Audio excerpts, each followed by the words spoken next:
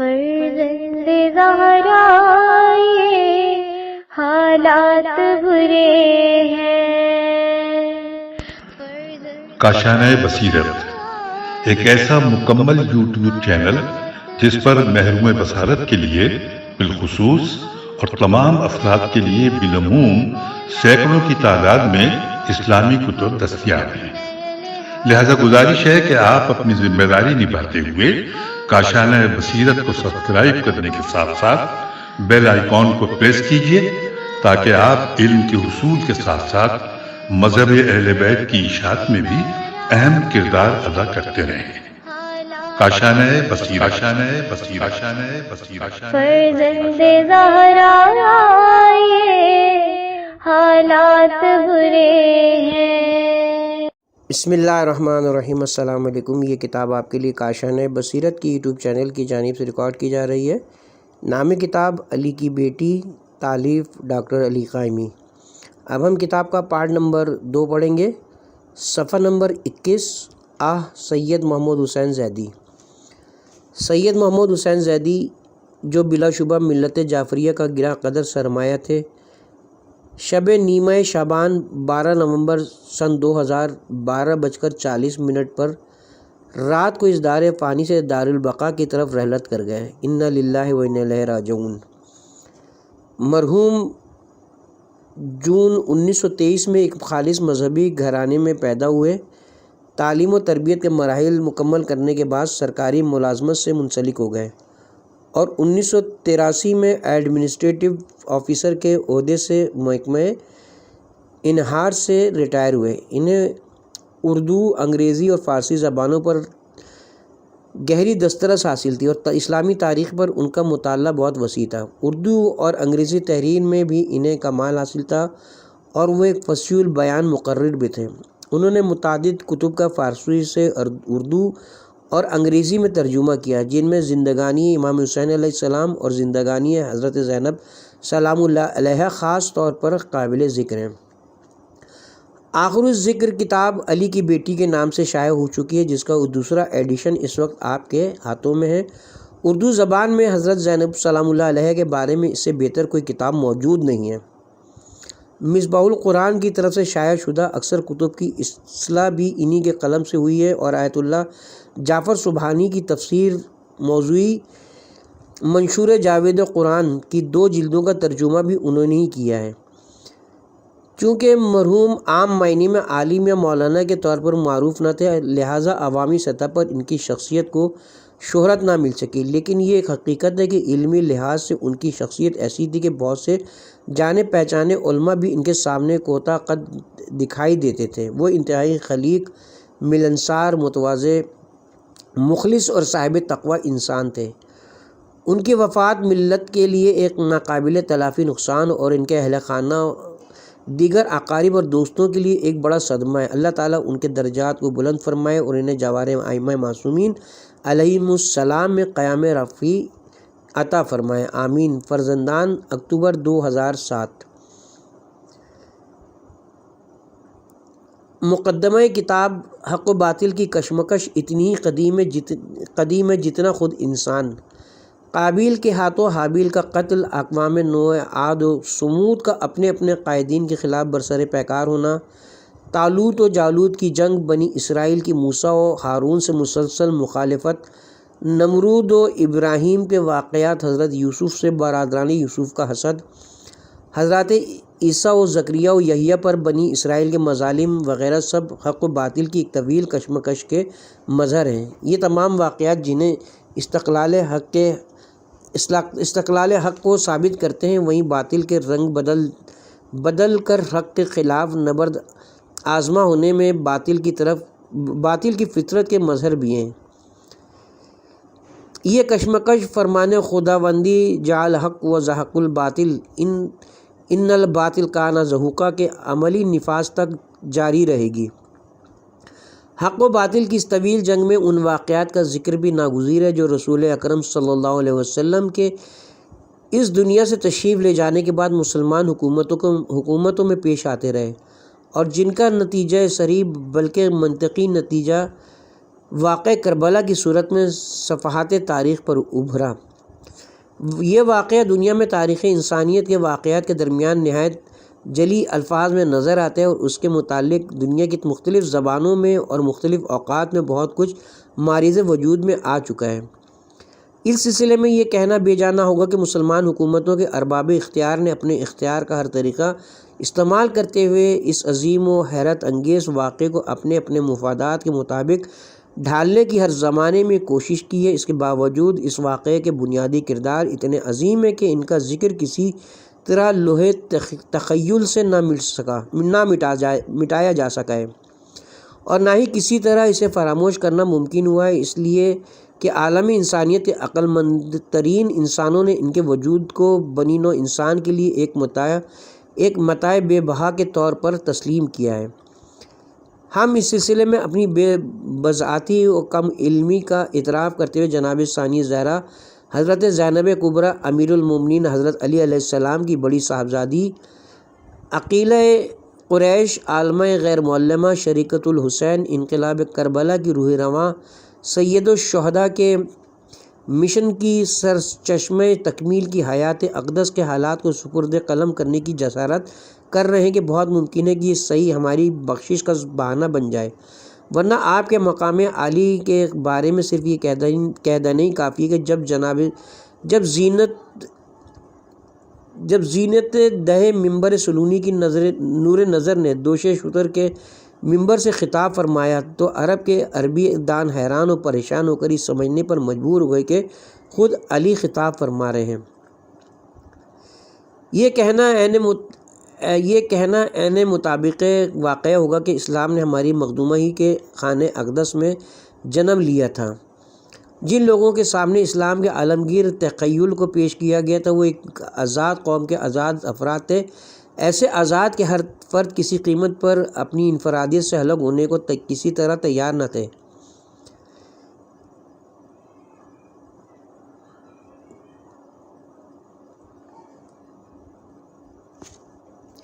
اس سلسلے میں Edward Gibbon کی کتاب decline and fall of Roman empire سے کچھ اقتباسات پیش کیے جاتے ہیں جو غیر جانبدار مورخ ہے۔ عرب کی آزاد انفرادیت کے بارے میں یہ مورخ اس طرح رقم تراز ہے: داخلی استبداد کے غلام ممکن ہے اپنی قومی آزادی کے تخیل پر بلا وجہ اتراتے ہوں، لیکن عرب شخصی و انفرادی طور پر بالکل آزاد ہیں اور وہ کسی حد تک معاشرے کے جملہ فوائد سے کسی قسم کی پاداش کے بغیر اپنے فطری استحقاق سے بہرہ مند ہونے کا حقدار ہیں۔ یہ وہ لوگ تھے جن کے لیے اپنے امراء و حکمرانوں کے اختیارات کے استعمال میں ذرا سی بے اعتدالی بھی ناقابل برداشت تھی۔ جہاں کہیں ان کی آزادی خیال سے کوئی بات ٹکراتی وہ فوراً اپنی پوری جماعت سے علیحدگی کا اعلان کرنے میں کسی قسم کی ہچکچاہٹ محسوس نہ کرتے۔ چنانچہ یہی مورخ آگے چل کر لکھتا ہے: اگر عرب حکمران اپنے اختیار کا غلط استعمال کریں تو رعایا کی علیحدگی کی صورت میں جلدی انہیں سزا مل جاتی ہے، جو ایک معتدل اور شفیق و حلیم آبائی دائرۂ اختیار کے زیر اثر رہنے کے عادی ہوتے ہیں۔ ان کی روح آزاد، آمد و رفت غیر محدود، صحرا کشادہ منفصل جس میں قبائل اور خاندان آپس میں مشترکہ طور پر باہمی رضاکارانہ عہد و پیمان کے ساتھ منسلک ہوتے ہیں۔ عربوں کے بارے میں سہل ترین زبان میں یہ کہہ سکتے ہیں کہ یہ ایک آزاد قوم ہے، کیونکہ اس قوم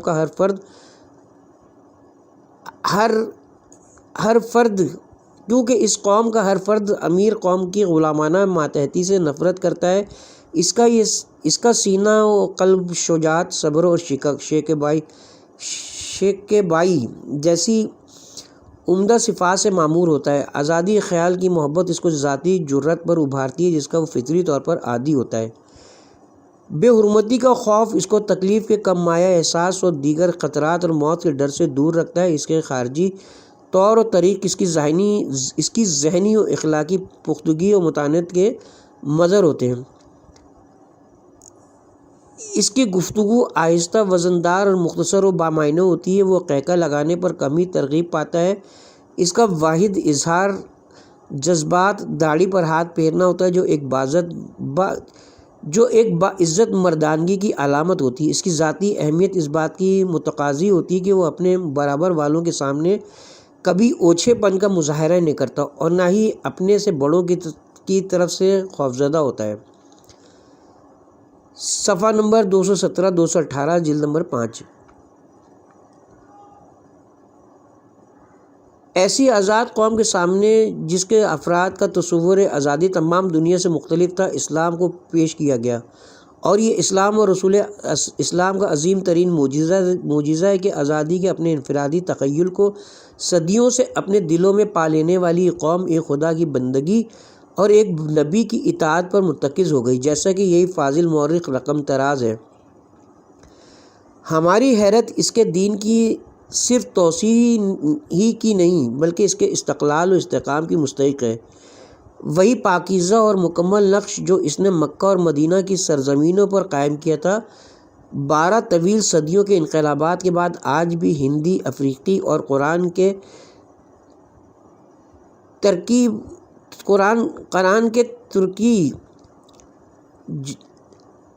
جدید الایمان افراد کے قلوب پر اسی طرح مستقل طور پر قائم ہے۔ میں خدا پر ایمان رکھتا ہوں اور محمد اللہ کے رسول ہیں، اسلام کا بالکل سہل اور مستقل کلمہ ہے۔ معبود کا ذہنی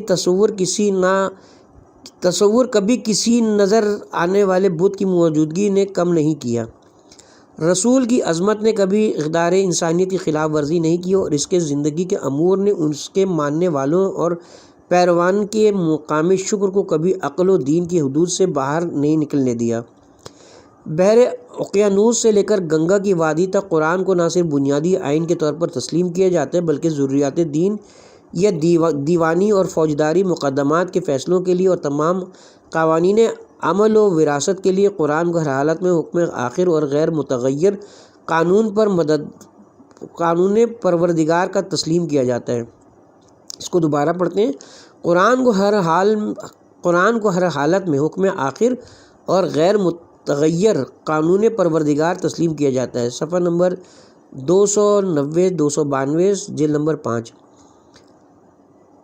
اسلام کی یہ حیات مستقل نواس رسول خدا سید الشہداء علیہ السلام کی مرہون منت ہے، کیونکہ وقت کا حاکم تو برملا کہہ رہا تھا کہ بنی ہاشم نے نبوت کا ایک کھیل کھیلا تھا، ورنہ ان پر نہ کوئی وحی نازل ہوئی تھی، نہ فرشتے آتے تھے، نیز یہ کہ کاش کشتگان بدر و احد آج زندہ ہوتے تو دیکھتے کہ میں نے بنی ہاشم سے ان کا بدلہ لے لیا ہے۔ لیکن ہم یہ کہنے پر مجبور ہیں، بلکہ دنیا کا ہر ذی شعور انسان کربلا کے خونین واقعات کا مطالعہ کر کے تسلیم کی بغیر نہیں رہ سکتا کہ حسین مظلوم کے اس عظیم کارنامے میں ثانیہ زہرا برابر کی شریک ہے۔ جس طرح بھائی بقائے اسلام کا ذمہ دار ہے، جس طرح بھائی کے خون ناحق کی لہروں نے باطل کی حشر سامانیوں کو ہمیشہ ہمیشہ کے لیے مٹا کر رکھ دیا، اسی طرح بہن کے کردار اور مظلومیت نے حسینیت کو حیات دوام دے کر دم لیا۔ پس جس طرح اسلام حسین سے زندہ ہے، اسی طرح حسینیت زینب سے زندہ ہے۔ ناممکن ہے کہ حسین کا ذکر ہو اور اس کے ساتھ زینب کا ذکر نہ ہو، لہذا تسلیم کرنا پڑے گا کہ جس طرح اسلام کے لیے ذکر حسین ناگزیر ہے، اسی طرح تذکرہ زینب کے بغیر تصور اسلام میں رنگ بھرنا ممکن نہیں۔ اس لیے آج دنیا کہنے پر مجبور ہے، سلام عصمت زہرا کی ورثہ دار، سلام سلام جرت حیدر کی یادگار، سلام سلام سبط نبی کی شریک کار، سلام سلام مملکت غم کی تاجدار، سلام وقار مریم و حوا، سلام ہو تجھ پر، سلام ثانی زہرا ہو تجھ پر۔ گواہ ہے تیری ہمت پہ کربلا کی زمین، امام وقت کو کی تو نے صبر کی تلقین، بجھا کے شمع تمنا جلا کے شمع یقین، لٹا کے اپنی کمائی بچا کے دولت دین، سکون و صبر کی کائنات لے کے چلی، اجل کی گود سے نکلی حیات لے کے چلی، نفس نفس میں مقاصد کی عظمتوں کا خیال، قدم قدم پہ بھتیجے کی زندگی کا سوال، کھلے جو بال تو بکھرا حسینیت کا جمال، ردا چھٹی تو بڑا عصمتوں کا اور جلال، نقیب فتح شہ مشرقین بن کے اٹھی، نہ تھے حسین تو زینب حسین بن کے اٹھی۔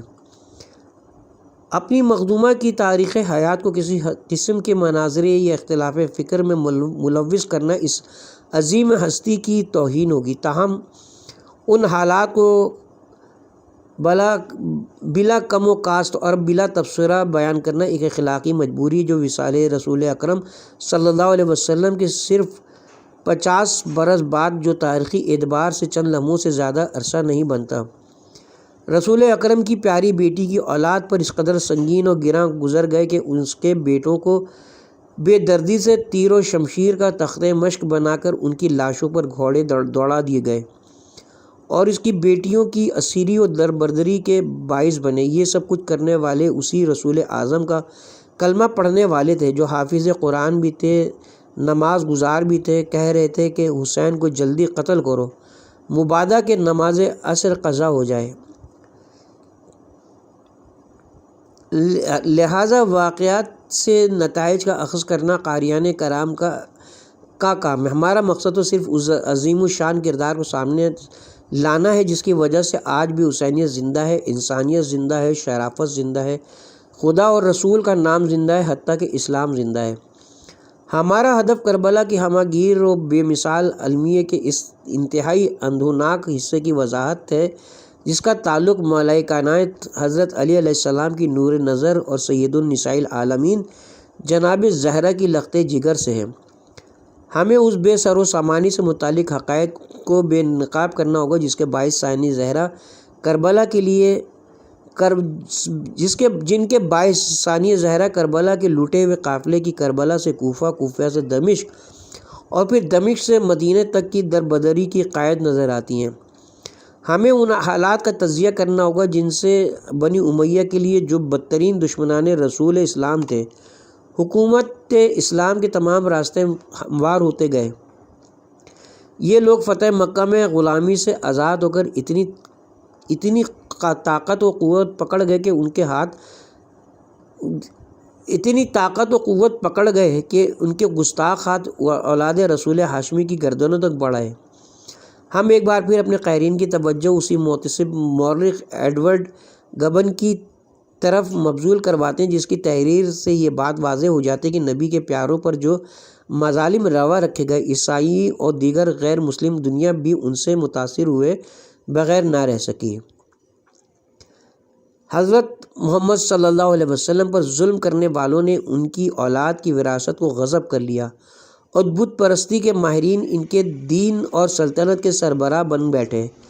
ابو سفیان کی مخالفت ظالمانہ اور مطرود واقع ہوئی تھی۔ اس کا قبول اسلام تقویق اور جدا گرا تھا اور با اکرا تھا۔ اس کا قبول اسلام با تقویق اور با اکرا تھا۔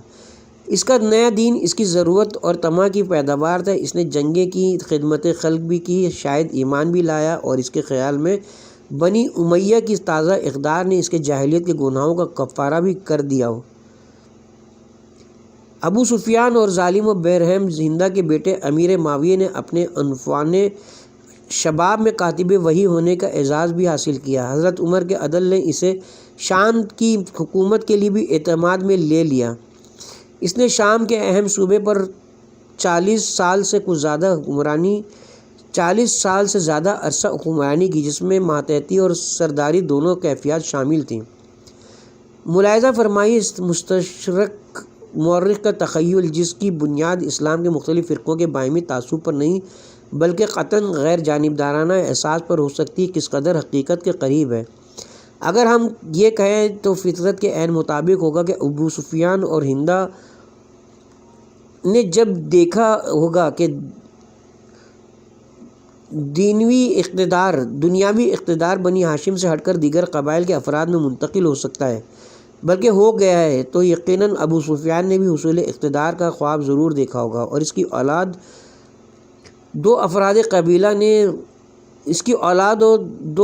قبیلہ نے عرب کے وحشتناک اور کینہ پرور طینت کے زیر اثر بنی ہاشم سے بدر و احد کے کشتگان کے انتقام لینے کے لیے کیا کیا ارمان نہ کیے ہوں گے۔ ہم اس سلسلے میں جسٹس امیر علی مروم کی مشہور کتاب اسپرٹ آف اسلام سے ایک اقتباس پیش کرتے ہیں۔ فاضل مؤلف حضرت امام حسین علیہ السلام کی امیر معاویہ کے ساتھ صلح اور خلافت سے عارضی دستبرداری کے بعد رقم دراز ہے، لیکن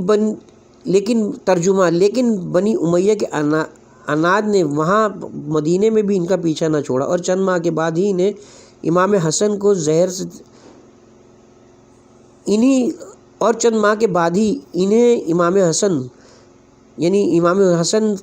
دے کر شہید کر دیا گیا۔ ہند کے بیٹے کا ستارہ اقبال اب عروج پر تھا اور ابو سفیان کی مکے پر حکمرانی کی امنگ اب امیر معاویہ کے ذریعے بلند تر پیمانے پر پوری ہو گئی۔ اس طرح رسول اسلام کے دو بدترین اور سنگین ترین دشمنوں کا بیٹا تقدیر کی عجیب ترین ستم ظریفی کے ذریعے، جس کا کوئی اور نمونہ تاریخ میں پیش کرنے سے قاصر ہے، تخت خلافت پر مطمئن ہو گیا۔ مبادہ کے امیر معاویہ کے کردار کے بارے میں ہمیں کسی تعصب کا ذمہ دار ٹھہرایا جائے، ہم ایک ایسے مورخ کے الفاظ پیش کیے دیتے ہیں جس کو طرفین میں سے کسی کے خلاف کسی طرح کے تعصب کا الزام نہیں دیا جا سکتا۔ مورخ اوزبورن لکھتا ہے، بنی امیہ کا عیار و بے باک و بے رحم پہلا خلیفہ اپنی حکومت کو پختہ اور مضبوط کرنے کی خاطر کسی قسم کے جرم کرنے میں کوئی کمزوری نہ دکھاتا تھا۔ اپنے کسی خوفناک دشمن کو راستے سے ہٹانے کے لیے دشمن کو قتل کروا دینا اس کا قطعی معمول تھا۔ نواز رسول کو اس نے زہر سے شہید کروایا۔ مالک اشتر کو، جو حضرت علی علیہ السلام کے دست راست کی حیثیت رکھتے تھے، اسی طرح راستے سے ہٹایا گیا۔ اپنے بیٹے یزید کی جانشینی کی خاطر امیر معاویہ نے امام حسین علیہ السلام کے ساتھ کیے گئے معاہدے کو توڑ ڈالنے میں کوئی ہچکچاہٹ محسوس نہ کی۔ جواب میں حضرت علی علیہ السلام کے وارث صاحبزادے تھے۔ اس کے باوجود اس سنگدل اور خودغرض اور مکمل طور پر ملحد عرب نے بلاد اسلامیہ پر مطلق طور پر حکمرانی کی اور اس کے جانشین تقریباً 120 سال تک اقتدار پر ہر طرح قابض رہے۔ اس بے ضابطگی کی وجوہات دو باتوں میں پائی جاتی ہیں، جن کی طرف میں ایک سے زیادہ مرتبہ اشارہ کر چکا ہوں۔ ایک بات تو یہ ہے کہ ایک سچا و پاک باز مسلمان یہ عقیدہ رکھنے لگا تھا کہ اس کا دین صحیح معنی میں دنیاوی منقلبات سے واضح طور پر الگ رہنے میں ہی مضمر ہے، جبکہ دوسری کیفیت کا تعلق عربوں کی قبائلی ذہنیت سے ہے۔ اسپرٹ آف اسلام صفحہ نمبر 299۔ یہی مورخ و دانشور آگے چل کر لکھتے ہیں، ترجمہ امیر معاویہ کے اقتدار حاصل کر لینے سے زمانہ جاہلیت کے اقتدار عمرہ کے رواج نے ایک بار پھر اسلام کی جمہوری طرز حکومت کی جگہ لے لی۔ کفر نے فسق و فجور کی قوت کے ساتھ دوبارہ زندگی پالی۔ علی الحاظ القیاس بنی امیہ کے عاملوں اور فوج نے ہر طرح کے عیوب اور بد اخلاقیوں کی جگہ پالی۔ حجاز اور عراق غاضب حکمران کے تحت نالہ و فریاد کرنے لگے، لیکن اسلام کی گردن پر اس کا شکنجہ اس قدر شدید تھا کہ کسی قسم کا خوف اس پر غالب نہ آ سکتا تھا۔ وہ اپنی رعایا سے نہایت بے رحمی سے دولت وصول کر کے اپنے خود غرض خوشامدیوں پر لٹاتا، جو اس کے عوض ہر قسم کی احتجاجی آواز کو دبانے میں اس کے معاون تھے۔ اپنی موت سے پہلے اس نے اپنے سالاران فوج کو جمع کیا اور ان سے اپنے بیٹے یزید کے لیے بیعت لی، جسے اس نے تخت خلافت کے لیے اپنا جانشین مقرر کیا تھا۔ اس عمل کو آپ یزید کے لیے حق خلافت تصور کریں۔ لہٰذا امیر معاویہ کی موت پر بنی امیہ کا یہ عیاش شہزادہ اس تخت پر متمکن ہوا جسے اس کے باپ نے غاضبانہ عیاری اور بغاوت سے حاصل کیا تھا۔ اگرچہ وہ غداری اور ظلم میں امیر معاویہ کے بالکل ہم پلہ تھا، تاہم اپنے باپ کی اس قوت کا مالک نہ تھا جس سے وہ اپنے مظالم کو حکمت عملی کے پردے میں چھپا لیتا تھا۔ وہ انسانیوں کو اذیت دینے کی مسرت سے صرف لطف اندوز ہونے کی خاطر لوگوں کو قتل کرتا اور دکھ پہنچاتا تھا۔ بدترین قسم کی عیوب کا عادی ہوتے ہوئے دونوں اصناف مرد و عورت کے بدکماش انسان اس کے ساتھی تھے۔ یہ خلیفہ اس نوعیت کا امیر المومنین تھا۔ یزید بن امیر معاویہ اور خود امیر معاویہ کی اس کردار نگاری کی تشریح کے بعد یہی دانشور امام حسین علیہ السلام کے کردار کو جن الفاظ میں پیش کرتا ہے، اس سے ہر ذی شعور قاری اندازہ لگا سکتا ہے کہ حسین جیسے عظیم کردار کا مالک یزید جیسے بد کردار کی بیعت کس طرح کر سکتا تھا۔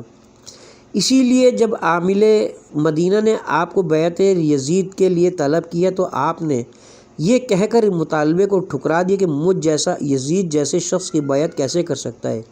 مسلمانوں کی تاریخ اس مسلمہ حقیقت کا کسی طرح انکار نہیں کر سکتی کہ یزید ہر لحاظ سے نقوش اسلام کو مسخ کرنے پر تلا ہوا تھا، جس کی تفصیل اسی کتاب میں انشاءاللہ تعالیٰ اپنے مقام پر آئے گی۔ جسٹس امیر علی آگے لکھتے ہیں، حضرت علی علیہ السلام کے دوسرے صاحبزادے امام حسین علیہ السلام کو اپنے پدر بزرگوار کی شجاعت اور حسن سیرت ورثے میں ملی تھی۔ وہ اپنے مقام پر حضرت علی علیہ السلام کی وراثت کے حقدار تھے اور رسول اکرم کے نواسے کے طور پر حقیقی پاکیزہ کردار کے مالک تھے۔ امیر معاویہ اور امام حسن علیہ السلام کے صلح نامے کی شرائط کے مطابق ان کا حق خلافت واضح طور پر تسلیم کیا جا چکا تھا، لہٰذا امام حسین علیہ السلام نے دمشق کے غازی فرما رواں کی خلافت کو تسلیم کرنے کے بارے میں کبھی سوچا بھی نہیں تھا، جس کے عوض سے جس کے عیوب سے آپ کو نفرت تھی اور جس کے کردار و حقارت و نفرت کی نظر سے دیکھتے تھے اور جس کے کردار کو وہ حقارت و نفرت کی نظر سے دیکھتے تھے۔ ایک طرف امام حسین علیہ السلام کی ذات گرامی اسلام کو پیش آنے والے خطرات کے سامنے سینہ سپر ہے اور دوسری طرف دمشق کا ناز پروردہ غاضب و جابر خلیفہ الاعلان شریعت اسلام کا مذاق اڑا رہا ہے۔ کربلا کی تاریخ کا ہر وقت گواہ ہے کہ کربلا میں نہ صرف یہ کہ نواسر رسول نے قربان گاہ ایمان پر اپنا خون نظر کر کے دین کو بچا لیا، اسلام کو حیات جاوید دے دی، بلکہ اپنے ہمراہ ایسے انسانوں کا انتخاب کیا جو ہر صورت اور ہر حالت میں اپنے قائد کے ہمنوا اور ایسے پیروکار ثابت ہوئے جنہوں نے ہر کیفیت میں اپنے عظیم قائد کی مشن کی خاطر اپنی جانیں اسی قربان گاہ کی نظر کر دی، جنہوں نے اپنے معصوم قائد کے اپنی بیعت کو ان پر سے اٹھا لینے کے باوجود کربلا کو چھوڑنا گوارا نہ کیا۔ ہم تو یہ کہتے ہیں کہ سید الشہداء علیہ السلام نے اپنے تمام ہمراہیوں کو، مرد ہوں یا خواتین، بچے ہوں یا بوڑھے، عربی النسل ہوں یا عجمی، اپنے مقام پر حسین بنا دیا تھا اور بنی نوع انسان کے لیے ایک کلیہ پیش کر دیا کہ کردار سازی کا انحصار صرف اور صرف رہبر کے اپنے کردار پر ہوا کرتا ہے۔ انہی انصاران سید الشہداء میں ہماری مخدومہ جناب ثانیہ زہرا بھی ہیں، جو آپ کی تمام ذمہ داریوں میں برابر کی شریک ہیں۔ پیام شاہ جہاں پوری نے ہماری مخدومہ کے بارے میں اس طرح خراج عقیدت پیش کیا ہے، یزیدیت کو پنپنے نہیں دیا تو نے، قدم قدم پہ بنا دی ہے کربلا تو نے۔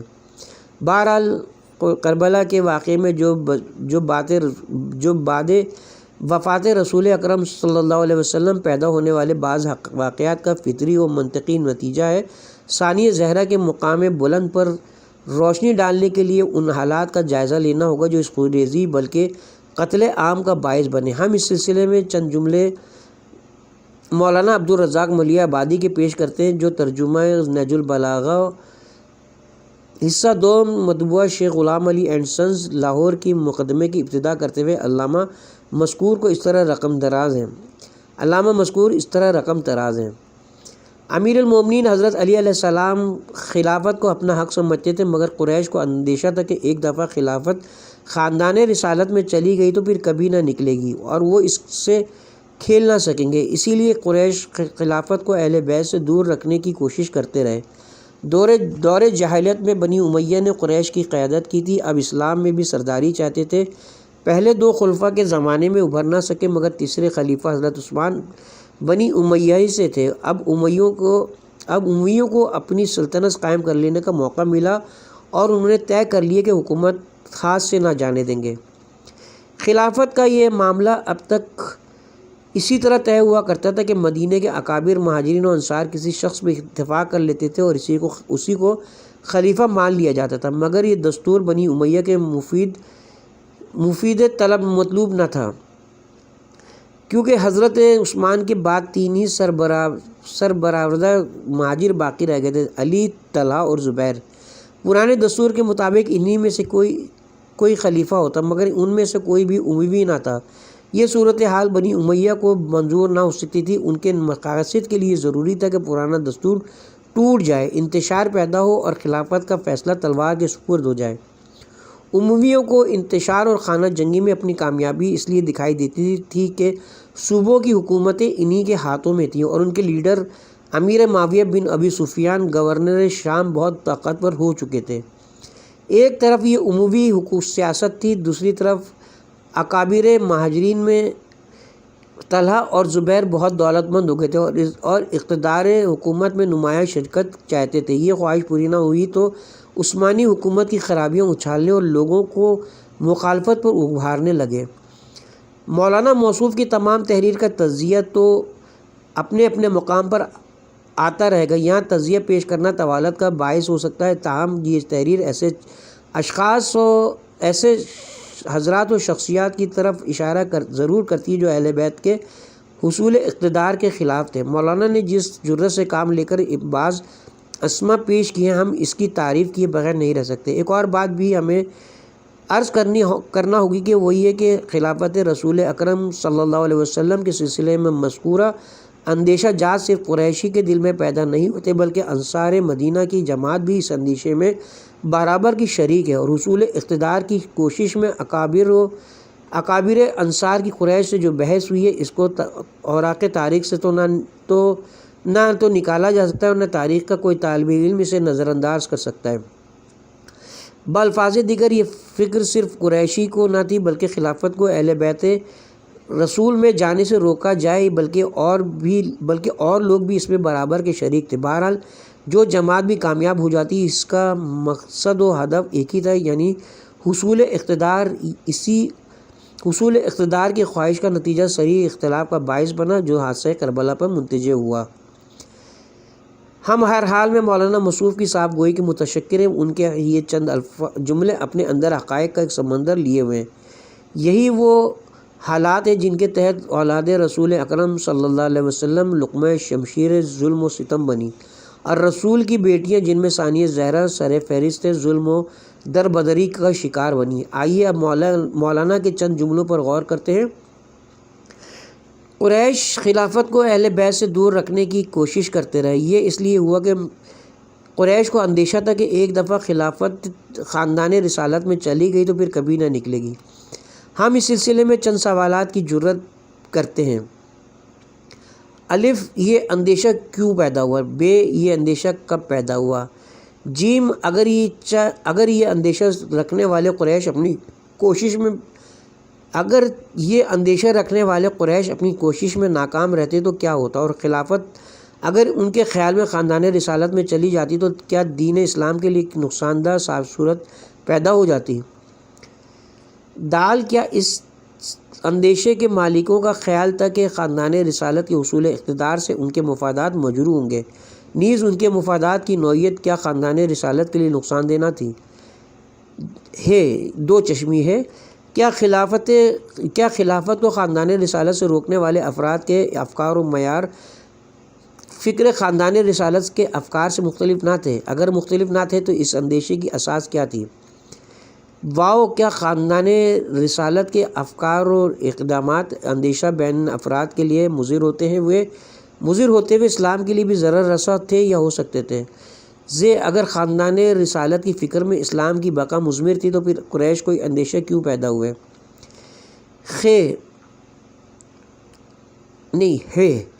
خاندان رسالت کی زندگیاں اسلام کے لیے وقف تھیں، لہذا قریش کے اندیشے بن حضرات کے اندیشے اصول اسلام سے کیسے مطابقت رکھ سکتے تھے؟